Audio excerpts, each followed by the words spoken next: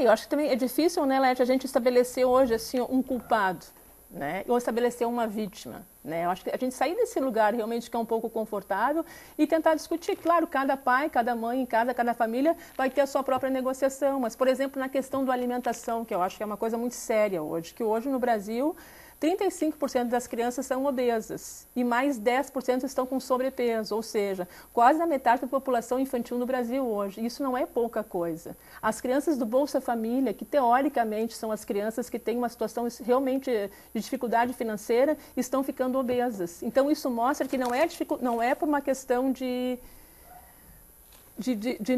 não ter dinheiro, não é isso. É que as pessoas não têm uma educação adequada para o próprio consumo do alimento, e isso me parece muito sério. Talvez isso também seria importante, assim, e é difícil, eu sou mãe, eu sei como é que é, tu disputar, o menino ele não quer uma salada, mas ele quer o bolinho do Ben 10. Não é aquele bolinho de chocolate, mas é o bolinho do Ben 10. Daí ele quer a bolachinha do xereque, entende? Assim, cada vez mais esses ensinamentos estão educando nossas crianças do que deve e não deve comer. Me parece isso é muito complicado, e o lugar do pai também não é fácil.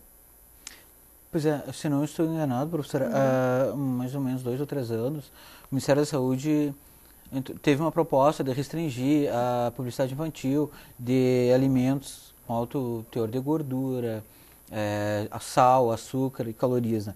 E aí a imprensa, as agências, os fabricantes alegaram que isso poderia ser censura. Realmente pode ser censura? Sim. Ou é fumaça para deixar tudo como está? Eu acho que nem tanto o céu, nem tanto a terra, talvez, assim, né? Eu acho que de poder pensar, claro, eu acho que é importante, eu acho que é necessário, esse projeto já foi até o Congresso, chegou a ser aprovado e depois ele é colocado em discussão novamente, ele vai e volta, mas o que me parece interessante, que existe hoje um movimento social muito organizado, essas questões estão sendo discutidas hoje não só na universidade, mas na sociedade como um todo. Claro que isso não é só fazer fumaça, não tenho dúvida disso, assim. E tem grupos, já participei de congressos, discussões que apontam, como tu falaste antes, que é voltar à censura, que é voltar à ditadura regulamentar. Eu acho que não. Acho que quando a gente para mim isso é um caso de saúde pública. Se as crianças, mas regulamentação é censura? Eu não acho como censura. Eu acho que censura não naquele sentido de cercear a liberdade de expressão. Não nesse sentido.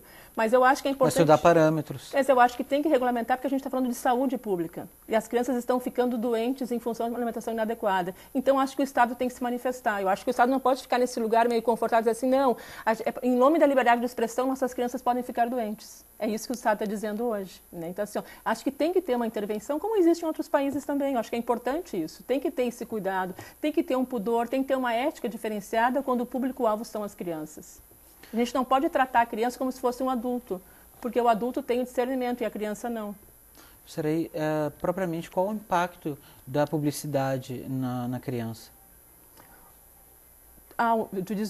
Por exemplo, assim, hoje, nos estudos mostram que hoje é impossível de estudar a constituição da identidade da criança infantil contemporânea sem considerar as questões do consumo. Está muito ligado hoje a questão do consumo à questão da criança. Estarei de acordo com o Estatuto da Criança e do Adolescente, a publicidade direcionada à criança é considerada abusiva. Por que essa interpretação e realmente as agências e os fabricantes estão respeitando o ECA? Uma coisa que eu acho que em relação à propaganda abusiva me parece que, pela regulamentação, a propaganda voltada para o público infantil não pode usar o imperativo. E cada vez mais a gente vê isso, entende? Use esse look, vista essa roupa, assim, é muito no imperativo, a gente está convocando as crianças a ter esse poder, e isso me parece que é complicado, realmente, assim, ó. Nesse sentido, eu acho que é muito abusivo, quando a gente utiliza de expressões no imperativo para conquistar uma criança, e dá a entender uma coisa muito recorrente na pesquisa que eu tenho observado, que eu quase poderia dar 2 focos em relação à propaganda quando quer atingir a criança, que ela utiliza muito, os meninos vão ter o poder pela força, pela aventura, e as meninas vão ter o poder de conquistar o mundo pela sedução. Ou seja, a gente trabalha no imperativo que as nossas crianças têm que vencer. A gente está reforçando aquela lógica de que no mundo existe vencidos e vencedores. E isso eu acho muito perverso. Pois é, então a senhora nessa resposta está dando gancho para 2 perguntas que eu vou fazer. Primeiro, quais são as estratégias de marketing que a senhora tem observado na tua pesquisa durante esse tempo todo, né, para o público infantil ou usando a criança? Sim. E a segunda, até que ponto a mídia reforça os papéis estereotipados dos gêneros, né? A menina tem que ser bonita, sedutora fisicamente, né? E o menino tem que ser forte e provedor. Sim. E isso se reproduz no comportamento adulto posteriormente. Com certeza, eu acho que você respondeu primeiro a primeira questão e depois a que tu fizeste a primeira. Assim, eu acho que tu colocaste antes esse universo feminino e masculino, ele é muito cristalizado na propaganda infantil. Ao mesmo tempo que a gente diz hoje que a sociedade mudou, que ela tem outro espaço, que as pessoas estão mais abertas, a mulher conquistou o seu espaço, mas como a mulher ainda tem, ainda garantindo o seu espaço realmente de sedução, né, de sedução pelo corpo, né? Por exemplo, encontrei uma propaganda de uma pista de carrinhos, né, que hoje então as meninas também querem brincar de carrinho. Daí a pista, na propaganda da chamada para o carrinho, para você ir ao shopping. E a mesma pista de corrida para os meninos era para viver grandes aventuras. Ou seja, então a menina vai brincar de carrinho para ir para o shopping. O menino vai brincar de carrinho para ir para a aventura. Uma outra propaganda que eu encontrei era de uma caixinha de lápis de cor, né? Uma simples caixinha de lápis de cor. E a chamada era, a menina ia usar a caixinha de lápis de cor para fazer modelos de moda, para ser uma estilista, né? E o menino ia usar a caixinha de lápis de cor para ser um grande arqueólogo. Então, assim, ó, são pequenos ensinamentos. O que me parece é o seguinte, que eu acho que a propaganda hoje, a mídia como um todo, eu sempre digo o seguinte na minha sala de aula, que ela funciona hoje como uma homeopatia. É cada dia uma gotinha que a gente não percebe, e ela tem um resultado muito eficiente. Ela é diferente de um antibiótico, por exemplo, que a gente toma uma dose e no outro dia a gente percebe. Então, o que a gente aprende no dia a dia na mídia, a se comportar, os nossos valores, a nossa forma de ser, a gente não se dá conta, assim.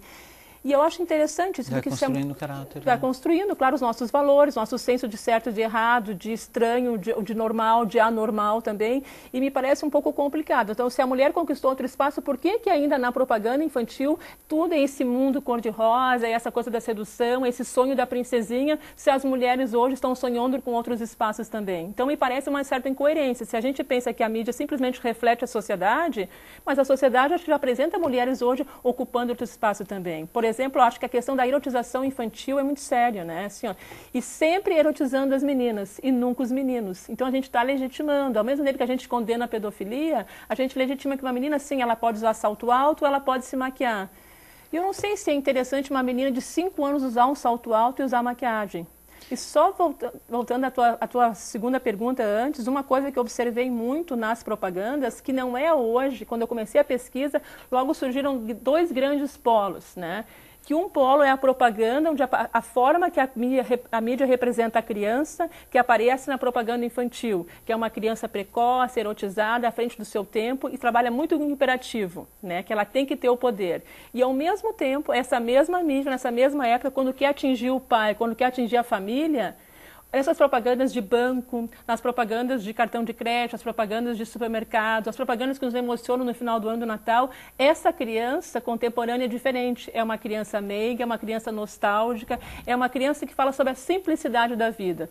Sabe, Laerte, aquelas propagandas de final de ano, de supermercado que nos emocionam, que todo mundo chora, que é aquela criança meiga, com um bichinho de pelúcia, queridinha, que deseja um mundo melhor para todos, aquela criança que não quer passar o outro para trás. Essa criança é a criança que aparece nas propagandas voltadas para o adulto. Aquelas propagandas de cartão de crédito classe AA, aquilo que o dinheiro não pode pagar.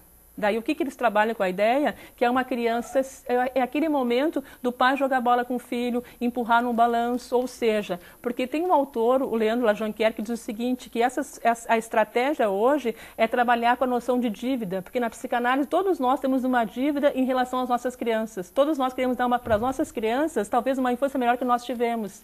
E nesse sentimento de dívida que é a estratégia da propaganda. Então aquelas propagandas de cartão de crédito lindas e maravilhosas, preto e branco, que aparece só uma criança jogando bola, ali aparece a experiência humana, a experiência de ser criança, e não são as estratégias essas mais tecnológicas. Então a mídia vai jogando com esse sentimento de dívida, porque daí aquele pai, aquela mãe que tem um cartão de crédito, ele não tem tempo para ficar com seu filho. E é nessa fragilidade que entra a propaganda. E ali aparecem aquelas imagens da experiência humana, da simplicidade que as pessoas estão buscando cada vez mais. Né, que é uma incoerência. Hoje, se a gente tem recursos materiais, a gente não tem tempo. O tempo se tornou um grande valor. A experiência humana hoje está cada vez mais rara. E me parece que hoje a infância podia ser uma síntese da experiência humana que estamos todos nós sedentos hoje.